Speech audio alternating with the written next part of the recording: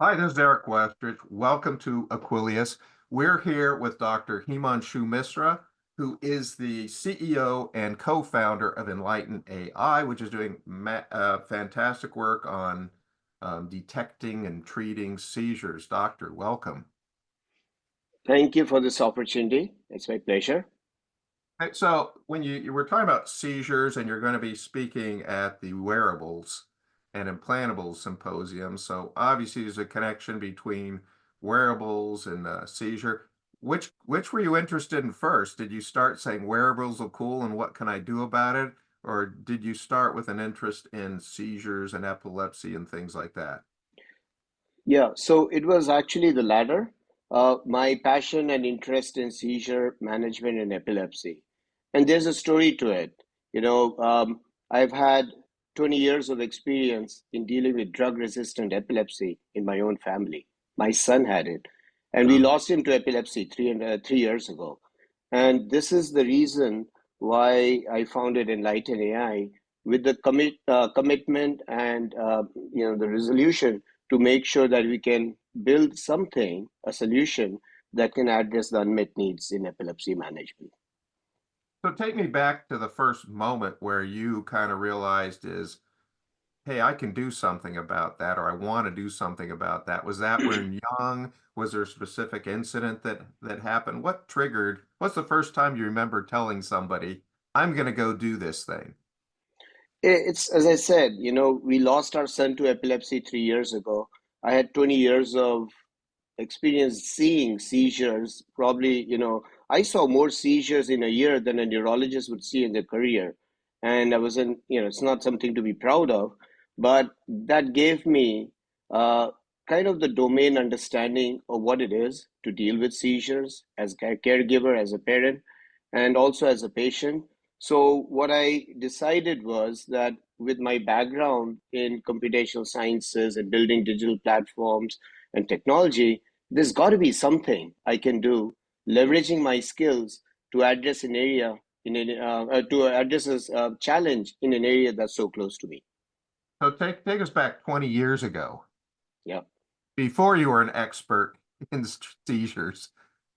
What made you go there? I mean, what was that like? What was your first decision that really put you on the path? Was it you knew what you wanted to study, or you were trying things No, out? it's like these life experiences. They change the way you think, the way What you act. what's your first experience you think that put you on the path to actually doing something about obviously you got the problem just by being alive and being part of your family. But at some point you said, I'm not just going to be a spectator, I'm going to do something about it. What's the Yeah. first time you remember saying, I'm going to do something about it? Who were you talking to? What was that like? Yeah. So this started about 4 or 5 years ago when I was seeing that despite the best of care that we could have in, I would say, uh, um, the sort of experiences that we had and the type of treatment and the experts in this area, I still felt that there is something that is missing. And 4 or 5 years ago, when I realized that my son was not getting the type of treatment and personalized care that he deserves, I decided to do something about it. But you know what? It becomes challenging. You kind of have to look at some of the resources, the time, and the timing of the evolution of certain technologies. And it eventually so happened that 3 years ago, when we saw the evolution of wearables, the adoption of wearables, we felt that the ideas that we had could actually be put to use in a practical way. So, So, yeah, so what made you think that the time is now? Was it a conversation you had? Was it a trade show? What was it that said that the timing is right? We can do this.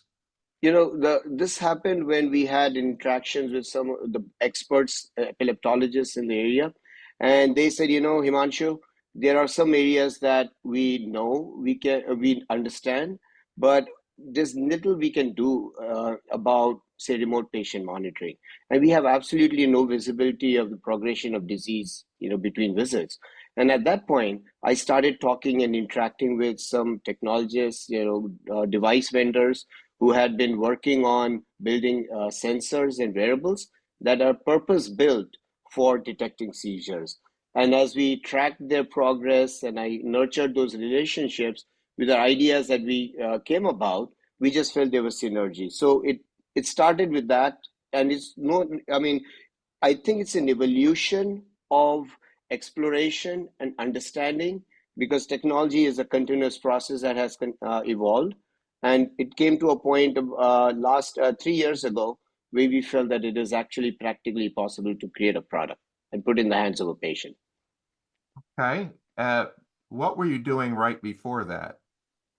Well, I had my own day job. I was working with customers, enterprise customers, building digital platforms for wide range of products, use cases. But when I saw that the same thing could actually be leveraged using technologies such as wearables to a domain which is so close and personal to me, I just took the leap. So, was the idea of being a CEO daunting to you, or were you already pretty entrenched in business? It didn't seem like that big of a stretch. Nothing. See, based on the life challenges I've seen and my son went through, nothing is as daunting as that experience.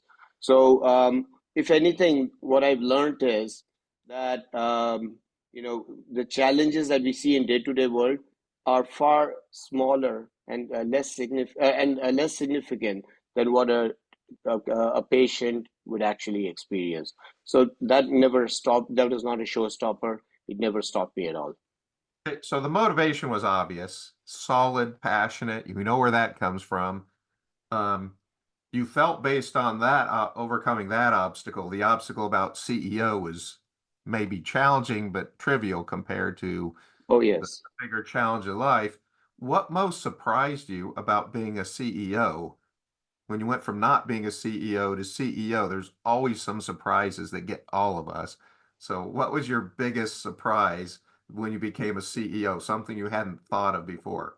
Yeah, I mean, the responsibility of not just dealing with the technology and building a solution, but the ecosystem around you. For example, knowing that we are now jumping in a space where there are regulatory constraints, we got to go through various channels. And that was daunting to me because that's something I'd never navigated ever in my life before. So how do you overcome your biggest challenge? That comes, there are two ways of doing that. One is to build a team where you have someone who can complement those skills. And luckily, I was able to get our chief operating officer who comes from Google. He was a compliance chief at Verily, and he was amazing because he brought in a skill set that complemented mine. And the second strategy was, of course, to work with partners and organizations like we are fortunate to work with CSSI Life Sciences. There are FDA advisory as well as CRO firm, but having the right people to complement what you don't have, what you don't bring to the table personally is the best strategy, and that actually has worked to our advantage. So what was your own personal challenge? Sound like the technology, you were very comfortable with that. You were comfortable with the mindset. You didn't have to create CEO mindset of getting out there and being fearless. Sounds like you didn't have as that much of a challenge, although it's always challenging to get good people. So you're in pretty good shape. So what was your biggest challenge? Your So, first biggest right. challenge that you had to So, overcome? if you were to ask me, the biggest challenge is getting mind share. You are, we got a team, we got an idea, we got certain neurologists, really sold on this and they were extremely passionate about it, which is great. But getting the mind share from the broader system, because when you're selling into the system, you're dealing with the regulatory compliance officers, you're dealing with insurance and the reimbursement strategy. A lot of things are somewhat, I would say, out of your control. And there's also the big challenge that this was not something people have done before. And if you are getting into a space where you are one of the first few people to do it, it takes a little longer for others to accept that this is actually possible. So getting clinical evidence and getting that, and the fear of, the other risk is always the fear of getting marginalized by bigger players. I mean, it's very easy for a really large organization to say, "Oh yeah, we could do that if we want in 3 months." It's just the perception that it creates by statements which can tend to marginalize you. But nothing is stopping us. I never felt any challenge from that perspective. But any startup, as you imagine, dies 1,000 deaths, right, in a year. So we go through all those ups and downs. But if the passion and the team is there, nothing can stop you. So what do you feel was your first major success? Not that you necessarily delivered it, although that may be. What was the first time you said, "Oh, we're doing good. This is on track. I feel like we had just a major hurdle." What do you think that first real success for you and So your that was, yeah, so that was when we started a clinical study and we got the first three patients. And after 3 weeks of being into the clinical study, the response was very positive. That was amazing to see a patient. Some patients were cognitively impaired also, but to be able to use your product and some wearables and say that this actually seems to be very valuable in terms of the benefit that derive. I think that was a aha moment and validation point for us also.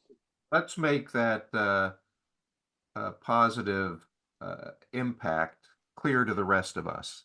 You say it had a good effect. What does that mean? Oh, How would we or the customers or your patients say, yes, this is a good effect? What specifically happens? Does the frequency of yeah. something go down? Does it go up? Does The very basic, simple thing of getting peace of mind that help is around the corner to a patient with epilepsy who has to deal with the unpredictable nature of seizures.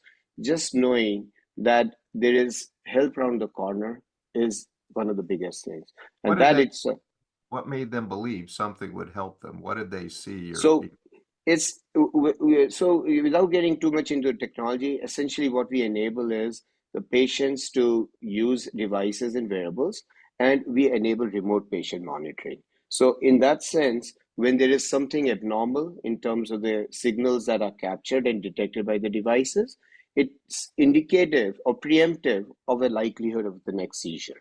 So just having that level of assurance that, you know what, if a seizure does occur or I'm about to have a seizure, there is someone who is aware and who can eventually attend to me should that happen.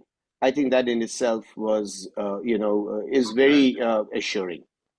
So it's basically getting rid of unpleasant surprises. So minimizing the unpleasant surprises and being better able to cope with these surprises when they do occur. Am I getting that right?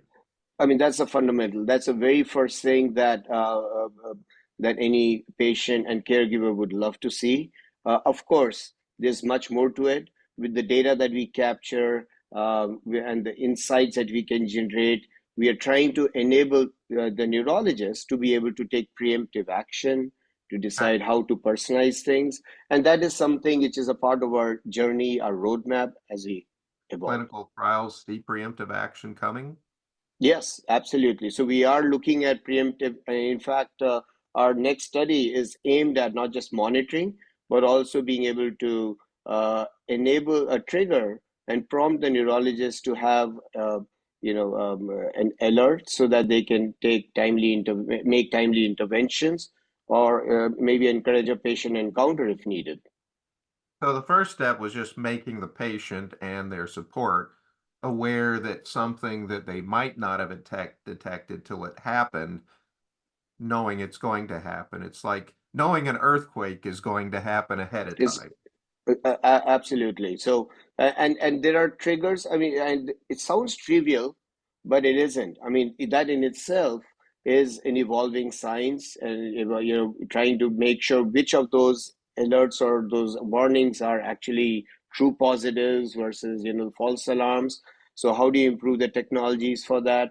And we are fortunate to enough to have great ecosystem of partners who are actually building great technologies, but what we also want to do is close the loop.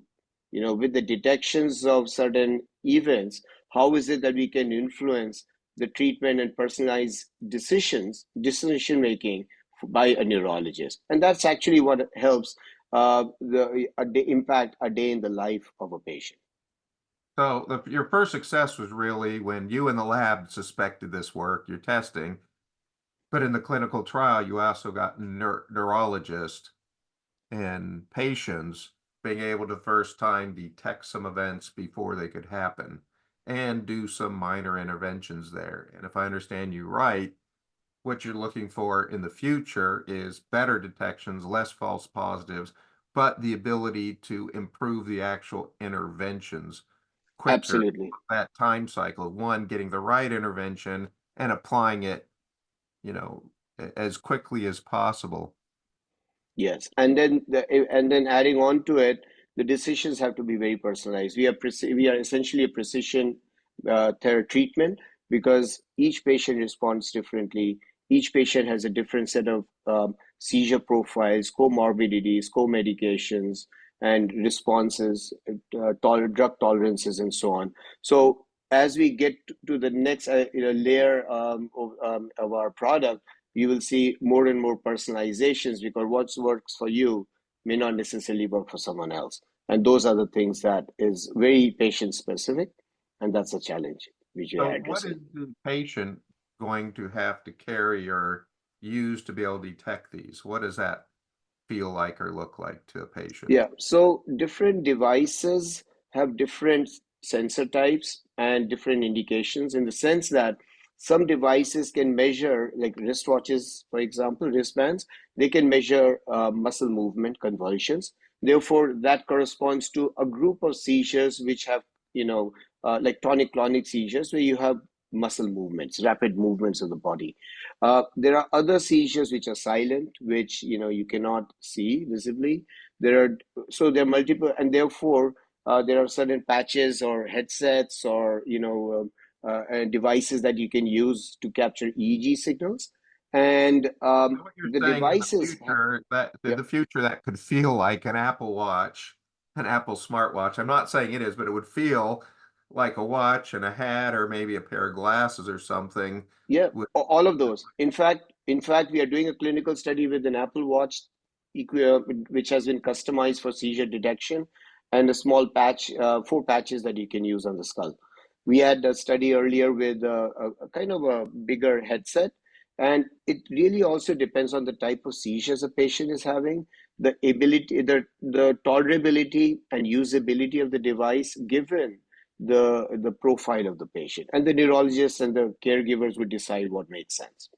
but what we're saying is to that patient, they don't have to feel like an outsider or something. They just look Exact, like the normal person who wears a watch, has a hat, something like that. absolutely, absolutely. In fact, that's what we are seeing. The form factor has become smaller. These devices are actually getting more and more fashionable, and from an acceptance and adoption perspective.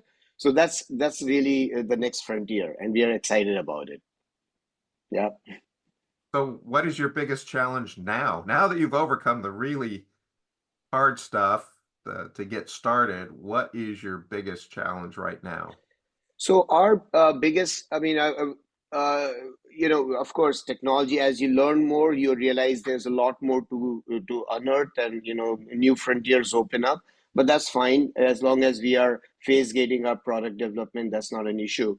But one challenge that we see is how is it that we can, in order for us to scale and evolve at the level we want to, we're raising money and getting investors, the strategics who can work with us is what we are looking at. And, I would say that's one of the challenges I'm looking at is how to raise money in a timely way.